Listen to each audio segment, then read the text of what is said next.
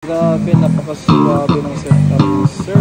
One of the most trending blade po sa table tennis. Marami pong mga bumisita today dito sa ating guys, si Victas Pearl P1V. Hello mga ping-pongers! Another day, another racket na naman po isa-set up natin ngayon. So bale, may nagpadala po dito ng kanyang mga kagamitan guys. Napaka-astig na mga blade and rubbers po yung pinadala niya dito sa atin. Ang kanya pong blade is one of the best blade na available po sa market. One of the most trending blade po sa table tennis. Ito po si Butterfly Viscaria blade. Ayan po kanyang itsura guys. Grabe, napaka-astig ng blade na ito. Maraming mga pro world class players ang gumagamit po nito. And ang kanyang rubbers na ipinapakabit po is ang kanyang forehand. We have si Yasaka Raxa Z. Extra hard ang kanyang sponge.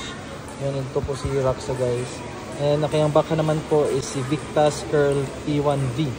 Long tims na may sponge, 0.5 na sponge. So, set up natin ito ngayon and then papakita ko po sa inyo ang finished product ng setup na ito.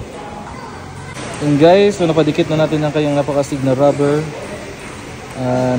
Si Yasaka Raxa Z. Extra hard ang kanyang sponge. And marami pong mga bumisita today dito sa ating guys, ng table tennis training center. Meron pong from Team Tupi, Team Lake Cebu, and kanina dito din po yung Team Coronadal. And may paparating din po na na mga another players po from Team Coronadal.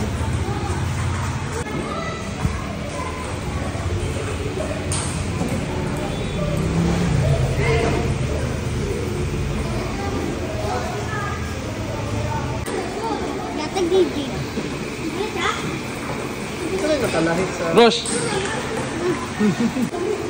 And ito na po ang finished product natin guys. Grabe, napakaswabe ng setup ni Sir. We have its blade, one of the best blade available in the market, si Butterfly Viscaria blade. And ang kanyang pong rubber ay si Yasaka Raxa Extra Hard Sponge. And for its backhand po ay si Victas Curl P1 na long tims na may 0.5 na sponge. At syempre sinama natin itong freebie na edge tape. So nagpa-set up po nito. Sir, thank you so much for trusting Ping Pong Pulong-Mulok. Sana po ma-enjoy po kayo sa pagpapawis nyo gamit ang raketang ito.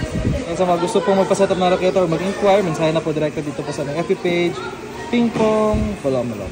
Thank you so much. God bless.